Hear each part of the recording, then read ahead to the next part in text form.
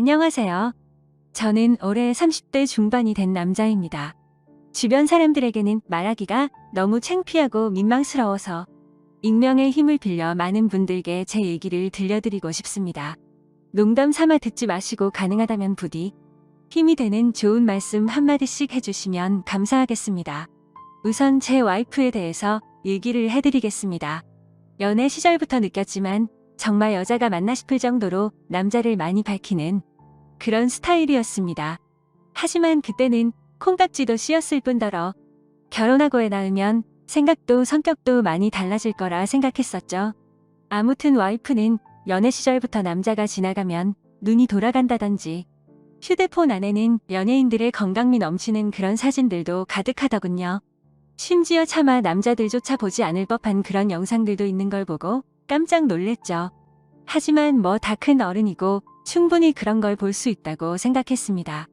하지만 문제는 연애 시절부터 발인기가 다분했었던 것 같습니다. 전 남자친구랑 연락하다가 걸린 것도 몇 번 됐었고 친구들끼리 술 마시고 헌팅해서 알게 된 남자랑 연락을 주고받다 걸린 적도 있습니다. 하지만 관계까지 가진 건 아닌 걸로 알고 있어서 참고 만났던 거죠. 지금 생각해보면 그때 당시에도 술 마시고 연락 두절이 된 게 몇 번 있는데 정황상 사고를 치지 않은 것 같아서 넘겼는데 그 진실도 이제는 알 수가 없을 것 같네요. 사실 대부분의 남성분들은 잘 아실 겁니다. 제 와이프는 모든 남자들이 뒤돌아 볼 만큼 인기가 많았습니다.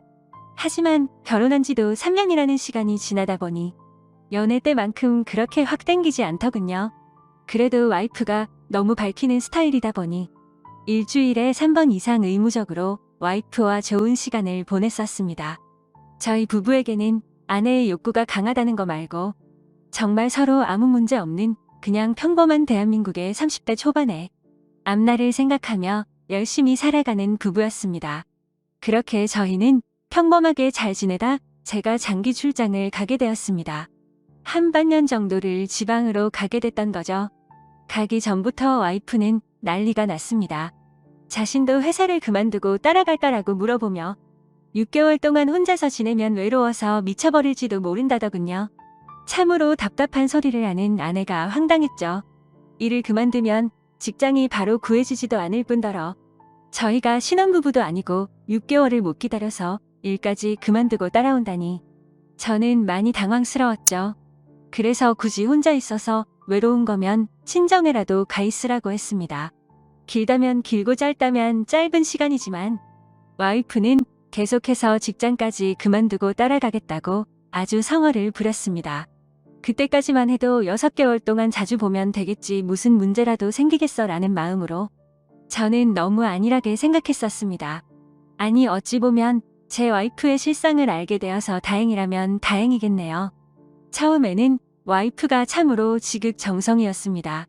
제가 출장을 간 곳이 차로 왕복 6시간이 넘게 걸리는 곳인데 한 달 동안은 거의 매주 제 숙소로 찾아오더군요.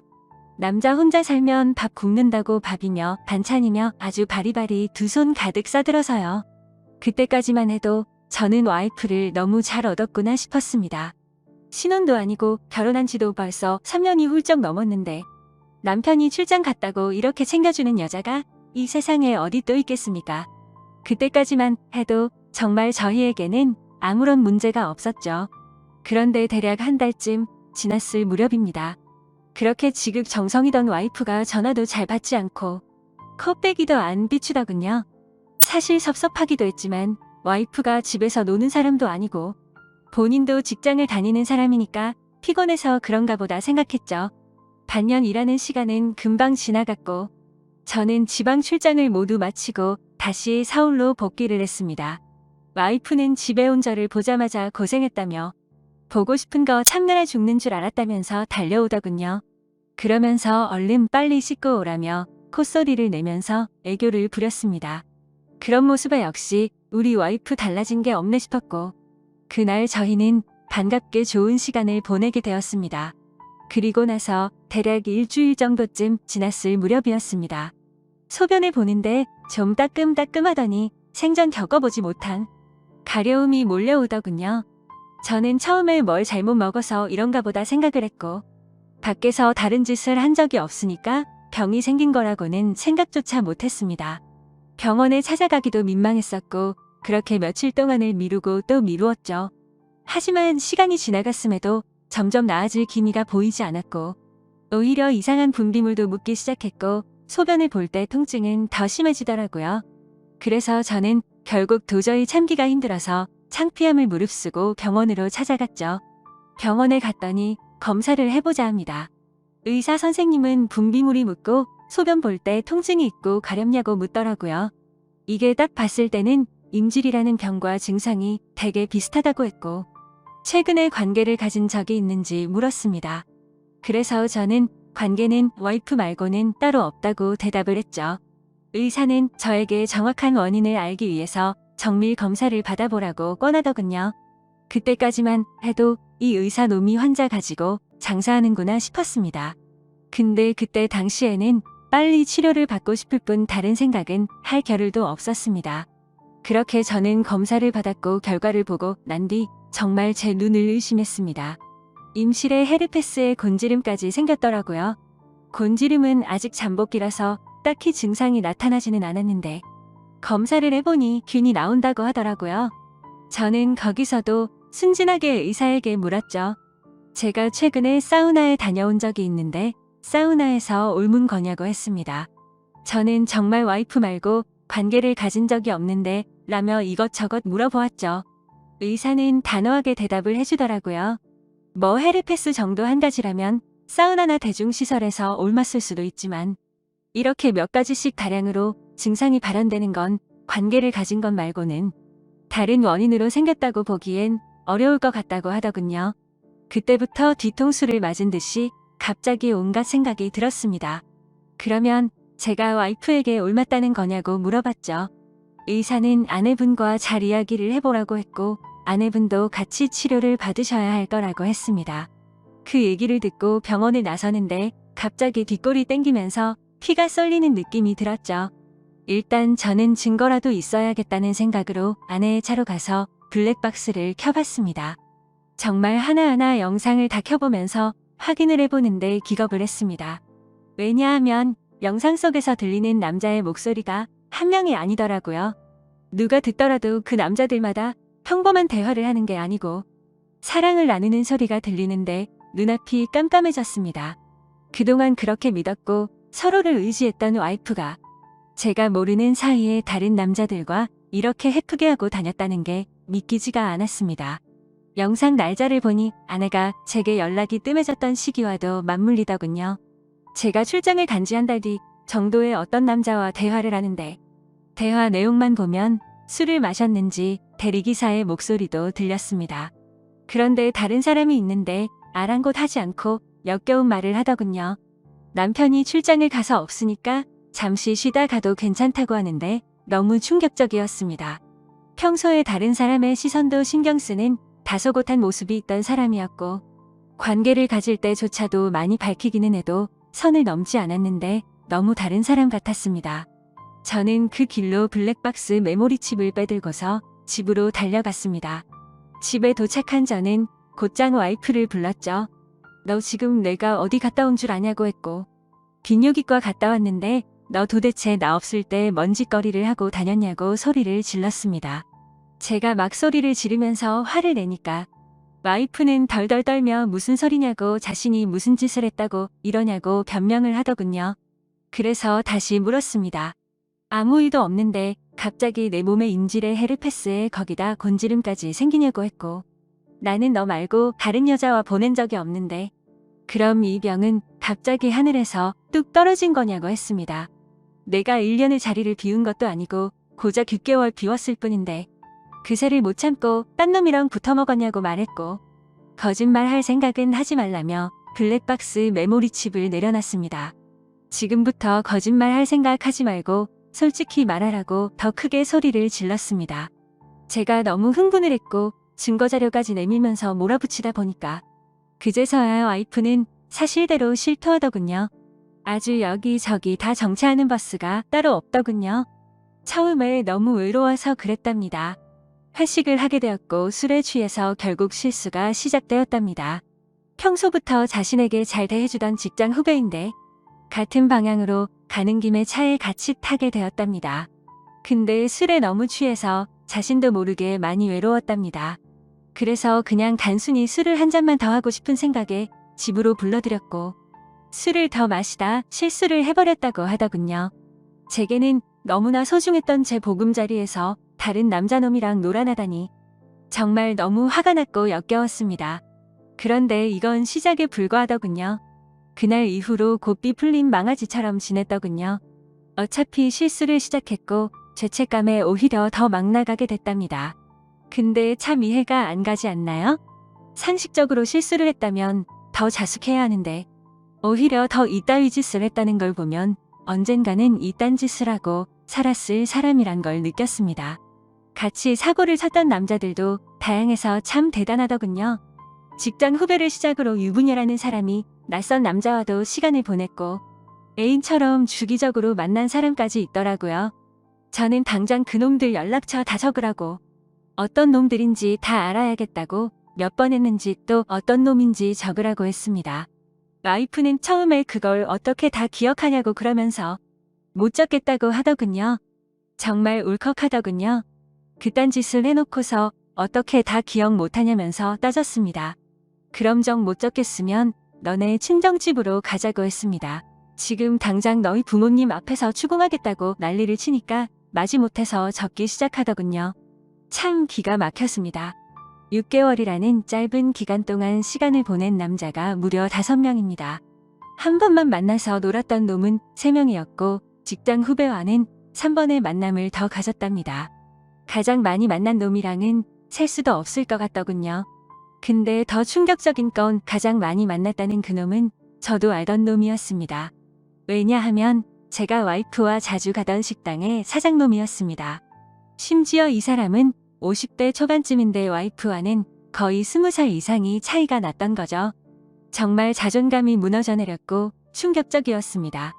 그 사장놈과 가깝게 지낸 지도 오래되었고 그 집구석 부부와 저희 부부가 함께 술자리도 수차례 가졌기 때문에 배신감은 더 컸습니다.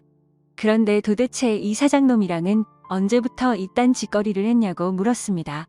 관계를 시작하게 된 건 3개월 정도 됐다고 하더군요. 어느 날 와이프는 친구들이랑 그 식당에서 모임을 가지게 됐다고 했습니다. 늦은 시간까지 술자리는 길어졌고 천연덕스럽게 그 사장은 그 자리에 끼었답니다. 그래서 2차까지 가게 되었고 와이프는 술에 취하게 되었답니다. 평소 친분이 있던 식당 사장놈이 데려다 준다고 해서 같이 차를 탔는데 거기까지만 기억이 나고 일어나 보니 같이 잠을 자고 있었다고 하더군요. 그래서 그날 이후부터는 계속해서 만남을 가져왔다고 했습니다. 아마도 이 인간이 없었더라면 더 많고 다양한 남자를 만났겠구나 싶었고 믿고 지낸 지도 오래된 사장놈에 대한 배신감은 이루 말할 수가 없었습니다. 그 사장놈은 저와는 나이차가 많이 났지만 많이 믿고 의지했던 사이였습니다.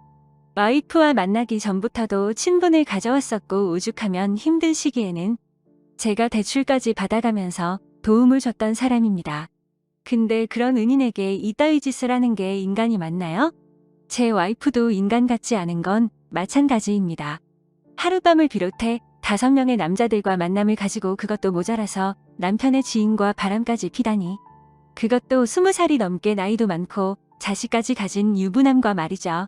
충격에 충격이 이어지다 보니 도대체 어디서부터 어떻게 화를 내야 할지 감조차 오지 않더라고요. 그래서 일단 저는 당장 휴대폰 잠금을 풀라고 했고 카톡을 열어서 메시지 내용을 봤습니다. 그동안의 메시지 내용은 지웠는지 오늘 날짜로 읽지 않은 메시지가 하나 와 있더군요. 이제 민철이가 출장 갔다 왔으니까 못 보는 거냐는 둥. 앞으로 조심하면 되니까 우리 변하지 말자는 둥 역겨운 대화가 와 있더군요. 정말 너무 참담해서 말도 안 나오고 아무 생각도 들지 않더라고요. 그냥 분노에 휩싸였을 뿐 아무것도 보이지가 않았습니다. 그래서 당장 아내를 이끌고 그 사장놈이 하고 있는 식당으로 갔습니다. 식당 안에는 손님들이 있었고 그 사장놈의 아내도 함께 있더군요. 그런데 그때 당시 제 눈에 이미 보이는 건 없었습니다. 들어가자마자 욕을 지르면서 불렀고 바로 멱살을 잡았습니다. 그 사장놈의 아내는 깜짝 놀라서 달려나와서 저를 뜯어 말렸고 저는 온 동네에 소문이 나길 바라는 마음으로 큰 소리로 말했습니다. 이 인간 같지도 않은 인간이 무슨 짓 했는지 아냐고요? 제가 출장 간 사이에 제 와이프랑 바람 피우고 붙어 먹은 지 3개월이 됐다고 말하셨습니다. 와이프는 옆에 서서 울고 있었고 그 사장놈의 아내도 충격을 먹었는지 저보다 더 화를 내면서 남편을 밀치고 멱살 잡고 난리가 났습니다. 그 사이에 손님들은 전부 다 밖으로 나가버렸고 진짜 짐승들처럼 뒤엉켜서 순식간에 개판이 되었습니다. 다음 날에는 그 직장 후배놈도 응징하기 위해서 와이프의 회사로 찾아갔습니다.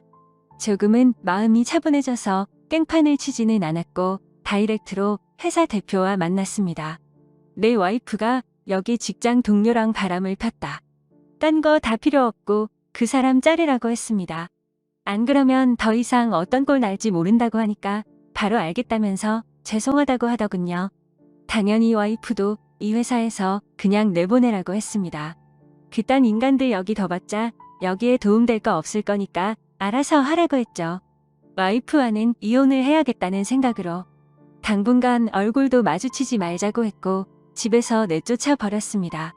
저 또한 맨정신으로 버틸 수가 없어서 회사에는 잘 얘기해서 휴가를 냈고 며칠 동안 집에 박혀서 술만 마시고 있었습니다. 옛날 생각도 나고 어떻게 이렇게 됐는지 웃다 울다 사람이 미쳐가는 게 한순간이더군요. 그렇게 3일 정도 지났을 무렵 그 사장놈에게서 메시지가 왔습니다. 저에게 사과를 해도 모자를 파내 오히려 뻔뻔하게 욕을 하더라고요. 조용히 일 처리를 하면 되지 굳이 그렇게까지 해야 했냐면서요. 본인도 이혼 소송 진행 중이고 가게도 문을 닫게 됐다면서 징징거리는데 본인이 일을 저질러 놓고 저더러 어쩌라는 건지 역겹고 짜증이 나서 저도 같이 싸웠습니다. 저는 너 같은 인간 말종이랑 말 섞기 싫으니까 헛소리 그만하라고 말했고 그동안 내가 너한테 빌려줬던 돈을 이번 주 내로 당장 다 갚으라고 했습니다. 그러니까 돈 없다면서 배째라고 말하더군요. 나이 50이 넘어서도 이따위 짓을 하는데 어떻게 이런 인간이랑 연락을 해오며 살았을까 제 스스로에게도 화가 났습니다. 그때부터 이 인간 같지도 않은 놈이 저를 약올리기 위해서 비아냥거리기 시작하더군요. 제 와이프가 이렇게 해줬다 저렇게 해줬다부터 시작해서 또 다시 저는 충격적인 얘기를 듣게 되었습니다. 참 파고 또 파도 끝이 없었네요.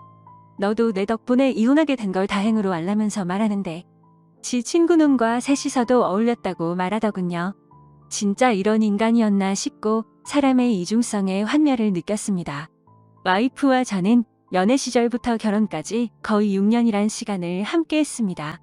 제가 알던 와이프가 맞나 싶을 정도로 또 다시 큰 충격을 받았습니다. 이런 게 현실적으로 있을 수 있는 일인가 싶었습니다. 저는 곧바로 와이프에게 전화를 했고 이 말이 사실이냐고 물었죠. 그러자 한참을 말없이 가만히 있더군요. 그래서 저는 왜 말을 못하냐고 하니까 한숨을 쉬더니 적당해야 하면서 적반하장으로 짜증을 내더군요. 그러면서 내가 뭘 했건 이제 너랑 나랑 상관없는데 왜 자꾸 묻냐고 했습니다. 솔직히 당연히 이혼은 계속 진행했겠지만 조금이라도 고민을 안 했다면 거짓말이겠죠. 그만큼 많이 사랑했었기에 일말의 가능성을 생각했는데 전부 다 제 착각이었습니다. 아니, 오히려 다행이라고 생각해야겠네요. 마지막까지 제대로 된 실체를 보여줘서 미련 없이 끝낼 수 있겠구나 싶었으니깐요. 이렇게 말도 안 되는 사건이 일어난 지도 고작 일주일이 지났네요. 저는 지금 와이프와 이혼 절차를 밟고 있습니다. 와이프와 직장 후배놈은 그 회사에서 잘리게 되었고요. 아직까지 해결이 안 된 문제는 그렇게 믿고 지냈던 사장놈입니다. 제게 빌려가서 갚지 않은 돈만 원금 2천만 원이 넘습니다.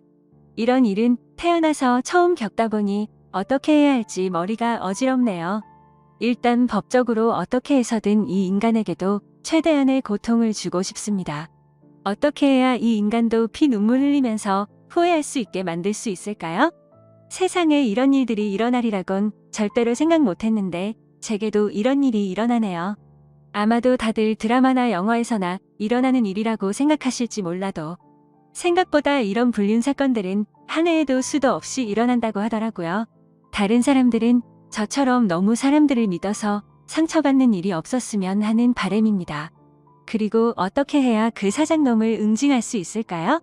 비열하게 비웃고 조롱하는 그 사장놈을 절실하게 응징하고 싶습니다. 제발 좀 방법이 있다면 알려주세요. 감사합니다.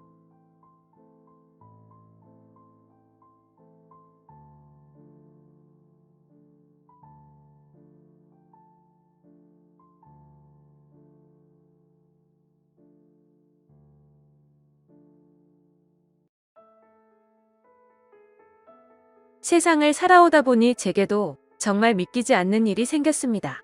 처음에는 숨 쉬는 것조차 힘들 정도로 충격이 커서 많이 힘들었는데 지금은 어느 정도 마음이 진정이 됐는지 숨만 겨우 쉬고 있을 정도입니다.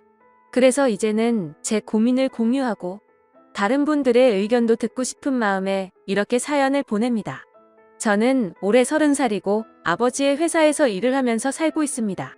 제 아내는 저와 동갑이고 가정주부를 하고 있었죠. 아내와의 첫 만남은 5년 전 일이었고 친구의 생일 파티에서 처음 만나게 되었죠.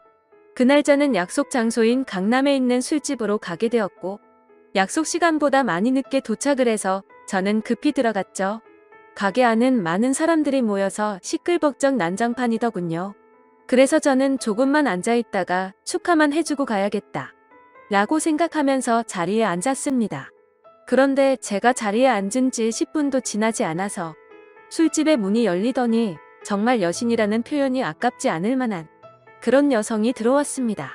누가 봐도 바로 알 수 있는 명품 백에다가 고급스러운 복장이 기티가 많이 흐르더라고요. 그래서였는지 그때 그 시끄러운 와중에도 몇몇 남자들은 저처럼 조용히 쳐다보고 있다라는 걸 느낄 정도였죠. 그때 저는 바로 그 생각이 들었습니다. 그때 당시에 그 술집에는 저희 테이블 외에도 다른 손님들이 앉는 테이블이 많았었기에 저는 속으로 제 친구의 생일 파티에 온 사람이면 좋겠다라는 생각을 했습니다.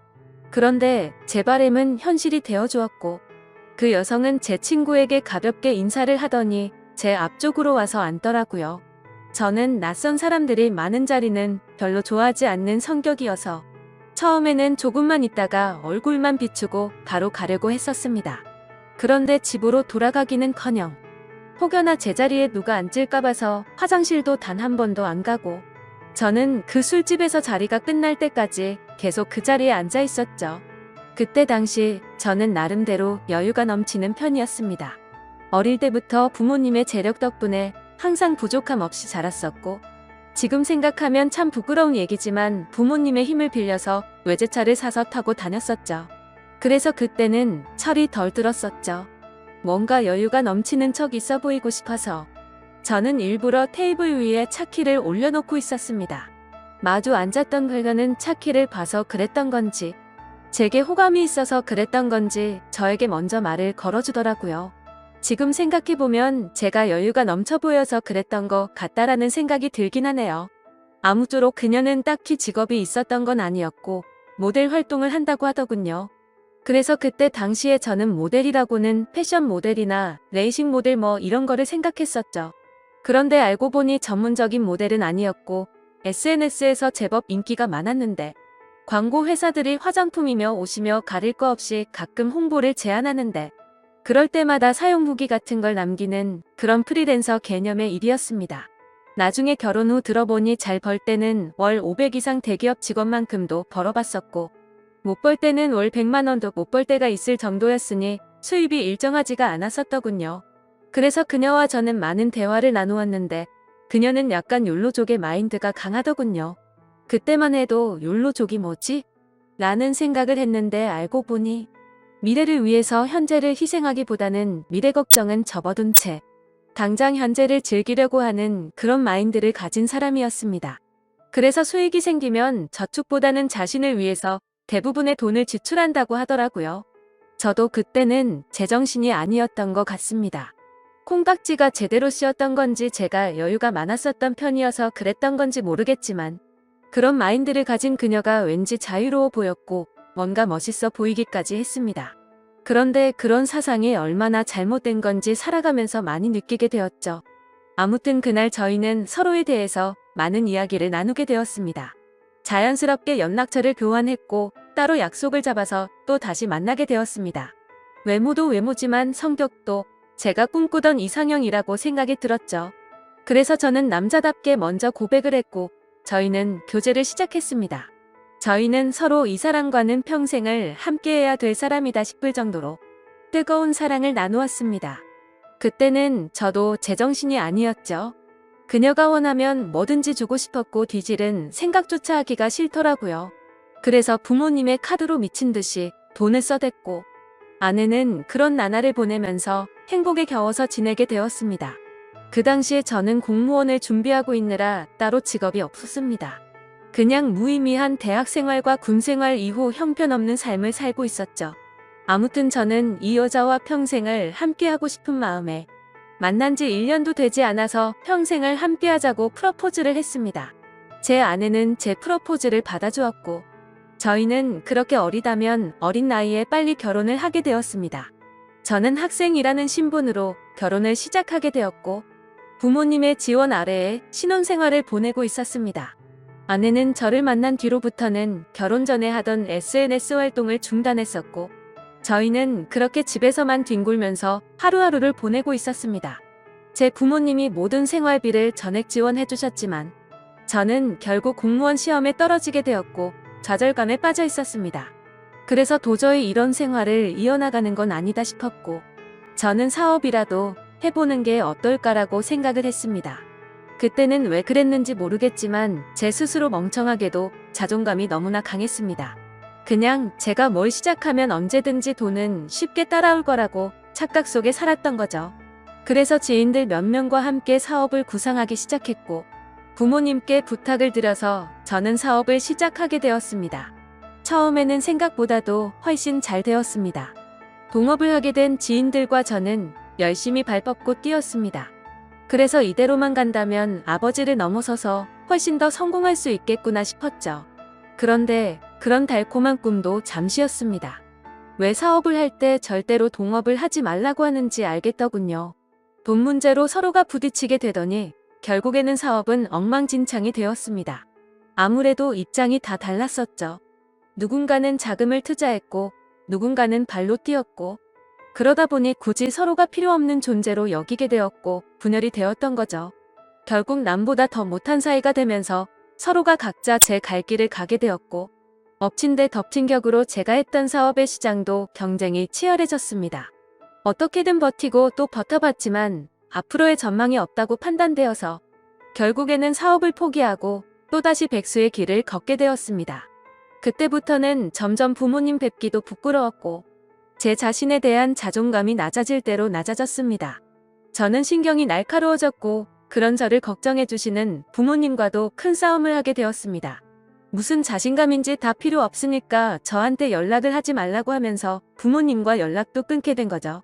부모님도 그때는 지칠 대로 지치셨는지 완강하셨습니다.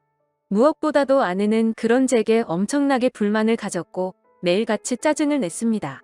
지금 당장 우리 둘 다 수입이 없는데 그렇게 싸우면 우리 생활을 어떻게 하느냐고 말이죠.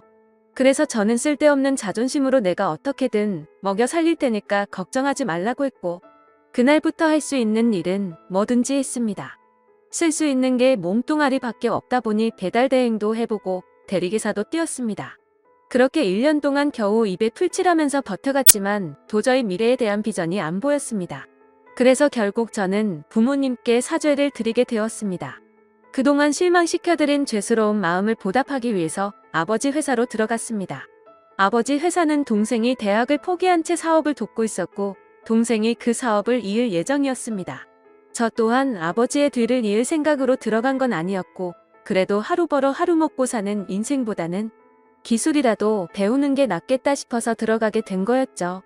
동생의 밑에서 일을 배워가며 했지만 기분이 나쁜 건 전혀 없었습니다. 1년 동안 더 뼈저리게 사회생활이 힘들다라는 걸 깨달은 덕분이었죠. 그래서 그동안 부모님 카드로 돈을 막무가내로 쓰던 지나날을 반성하게 됐고 오히려 그동안의 잘못을 뉘우치면서 저는 부모님의 신뢰를 얻기 위해 정말 열심히 살았습니다. 그렇게 하다 보니 좋은 결과들이 점차 뒤따라오기 시작하더라고요. 기존의 업체들보다 제법 규모가 큰 업체들이 운 좋게 거래처로 들어오게 되었습니다. 그 후 저의 출근 시간은 매일 새벽 6시가 되었고 퇴근은 저녁 10시 이후에 하는 생활이 이어졌습니다. 그런 생활이 이어지다 보니 자연스럽게 몸과 마음은 점점 힘이 들었죠. 하지만 과거 부모님 등쳐먹으면서 백수로 지낼 때보다는 훨씬 나았습니다. 항상 떳떳하지 못했던 제 자신이 이제서야 사람 취급받을 수 있겠구나 싶었고 제 스스로를 안도하면서 힘을 내고 있었죠. 이렇게 열심히 땀 흘려가면서 사는 게 맞구나 싶으면서 말이죠. 그때쯤에 아내는 휴대폰을 바꿔달라고 하더라고요. 그래서 저는 신규로 가입하는 게 저렴하길래 신규로 하나 사주었습니다. 제 아내는 연애 시절부터 그랬지만 항상 휴대폰을 손에서 놓지 않고 살았습니다. 여자들이 원래 핸드폰으로 이것저것 많이들 하니까 뭐 그러려니 했었죠. 그런데 힘들게 일하고 들어왔는데도 얼굴은 마주치지도 않고 대화할 틈 없이 매일같이 휴대폰만 보고 있는 게 못마땅하긴 했습니다. 그래도 예전처럼 돈도 펑펑 쓰게 못해주는데 그런 사소한 것까지 건들고 싶지는 않았습니다. 그렇게 힘든 하루하루를 보내고 있었는데 저는 최근에 업무가 과했던 건지 약간 몸에 무리가 오더라고요. 그래서 그날은 병원에 가서 검사를 받았고 영양제 주사를 맞고는 일찍 집으로 들어갔습니다. 그런데 집에 있어야 할 아내가 집에 없더라고요. 저는 아내에게 어디 갔냐고 연락을 했고 한참 동안 연락이 없었습니다. 평소에 항상 휴대폰을 분신처럼 끼고 사는 사람이 연락이 없으니까 뭐지 싶었죠. 그러다 저는 몸이 너무 좋지 않아서 저도 모르게 잠이 들었고 제가 연락을 한 지 거의 2시간이 지나서 아내에게서 답장이 와 있더라고요. 친정에 왔는데 잠깐 잠들었었다며 지금 집에 들어온다고 하더군요. 그래서 그때는 큰 의심 없이 그냥 그런가 보다 했습니다. 그러다 결국 사건이 터지고 말았습니다. 저는 병원을 다녀온 뒤로 무리하다가는 큰일이 생길 수도 있으니 주말에는 좀 쉬라고 하더군요. 그래서 모처럼 주말에 아내와 초저녁부터 외식을 하면서 술을 한잔하고 있었죠. 그렇게 한창 술을 마시다 아내는 화장실에 갔고 아내 가방에서 카톡 소리가 나더라고요. 저희는 연애할 때부터 서로의 휴대폰을 보지 않기로 약속했었는데 갑자기 무슨 생각인지 저도 모르게 아내 휴대폰을 집어들어서 보게 됐습니다. 휴대폰은 잠금 상태가 되어 있었고 얼마 전에 아내 휴대폰을 사주면서 제가 등록해 두었던 패턴으로 풀어봤습니다. 아직 패턴을 바꾸지 않았는지 바로 풀리더라고요. 근데 카톡 내용을 보니 나와라고 와 있었습니다. 저는 그 메시지를 보는 순간 이건 뭐지 싶었죠. 누가 유부녀인 아내에게 이따위로 말을 하나 싶었고 기분이 더러웠습니다. 그래서 상대방의 카톡 프로필을 보니 50대 정도 되어 보이는 남자의 사진이더군요. 그때부터 뭔가 의심이 됐고 급속도로 분노가 치밀어 오르더라고요. 그래서 그 남자에게 곧장 전화를 했습니다. 그 많은 사람이 있는 곳에서 소리를 질렀습니다. 나 예지 남편인데 네가 뭔데 나오라 말하고 이따위 카톡을 보내냐며 욕을 했습니다. 그러자 상대방은 말을 더듬더라고요. 죄송합니다. 앞으로 다시는 연락 안 할게요. 정말 죄송합니다. 이러더군요. 그래서 저는 뭐가 죄송하냐고 계속해서 추궁을 했죠. 근데 몇 분 동안이나 그 정신 나간 놈은 죄송합니다 라고만 할 뿐 제가 묻는 말에는 하나도 대답을 안 하더라고요. 그때부터는 더 이상 의심이 아니라 확신이 되었습니다. 아내는 잠시 후에 자리로 돌아왔고 저는 아내 휴대폰을 들고 있었습니다. 그 모습을 보고 아내는 곧바로 왜 남의 휴대폰 함부로 들고 있냐면서 짜증부터 내더라고요. 저는 헛웃음이 났고 아내에게 물었습니다. 뭐 숨기는 거 있냐고? 도대체 왜 그렇게 화들짝 놀라면서 화내냐고 물었죠. 아내는 휴대폰을 가져가서 자신에게 온 카톡 내용을 봤는지 잠시 생각하더니 말하더군요. 설마 오해하는 건 아니지? 라며 예전에 광고 의뢰하셨었던 사장님인데 연락이 온 거라고 하더라고요. 그래서 저는 너는 아는 사람한테 문자를 그따위로 보내는 사람 맞냐고 물었습니다.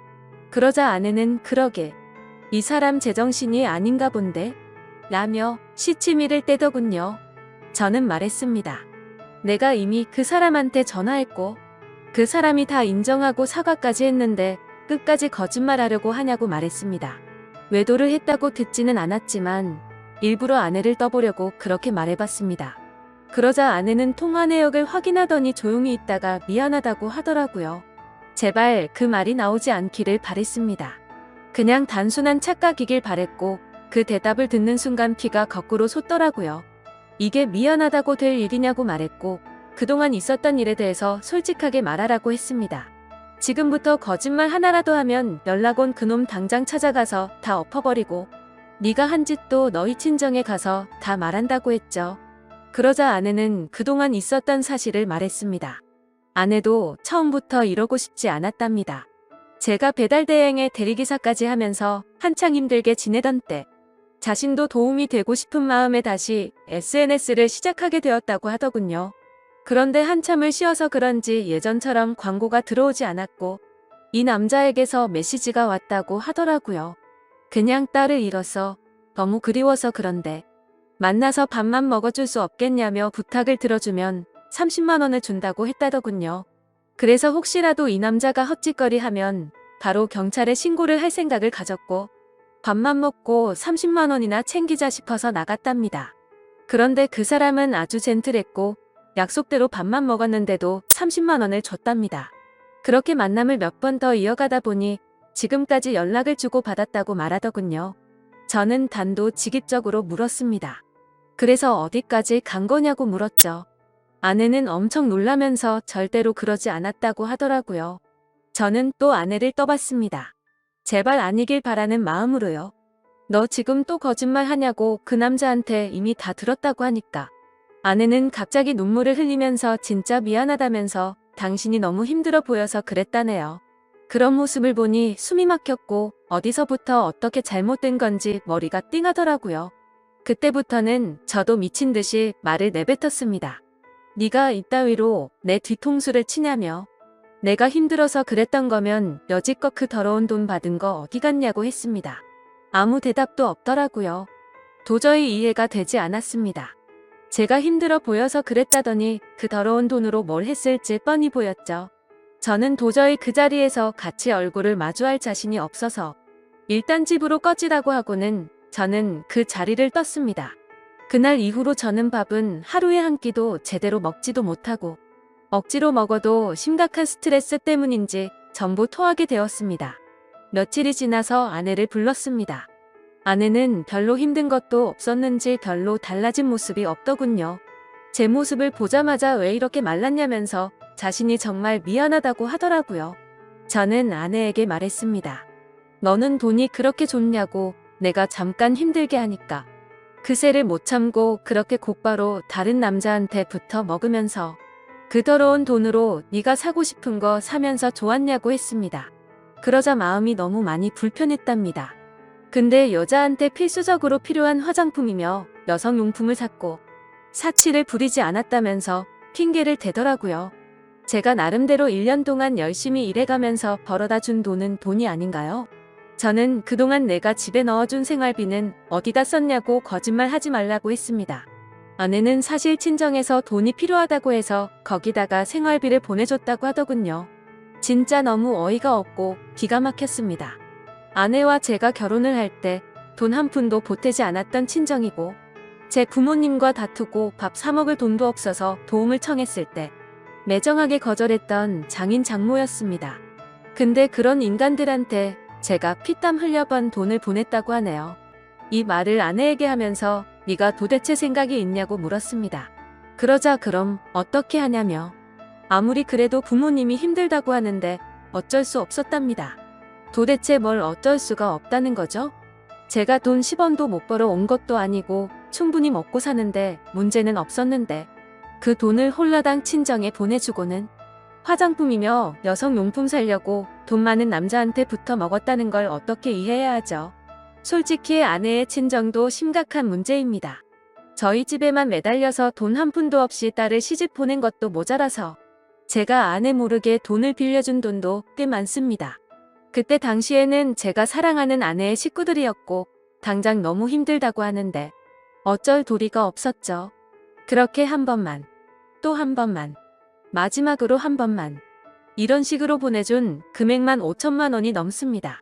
막상 아내의 얼굴을 마주하고 있으면 마음이 또 약해지는 것 같기도 하고 이런 제 자신이 정말 저도 답답하고 화가 납니다. 남들이 이런 고민을 갖고 있으면 남자가 진짜 바보 같은 놈이구나 했을 겁니다. 그런데 막상 제게 이런 일이 생겨버리니 아닌 걸 알면서도 단호하게 내쳐지지가 않네요. 아내는 계속 울고 불며 미안하다고 절대로 두 번 다시는 이런 일 없을 거라고 믿어달라면서 빌고 있는 상황입니다. 저는 이게 돌이킬 수 없는 일이기에 아내가 너무 천박하다는 생각을 하면서도 어떻게 해야 할지 도저히 모르겠습니다. 제가 아내를 믿어준다고 하더라도 아내가 그 늙은 남자와 있었던 상상들을 계속해서 하게 될 텐데 이 만남이 유지될 수가 있을까요? 정말 어떻게 이렇게 한순간에 처참하게 모든 게 무너져 내릴 수 있는지 제게 닥친 가혹한 현실이 너무 힘이 드네요. 인생이란 참 어렵고 힘든 것 같습니다. 이런 걸 고민이라고 사연을 올리는 제가 멍청한 거 저도 잘 알지만 욕보다는 현명한 말씀을 부탁드리겠습니다. 감사합니다.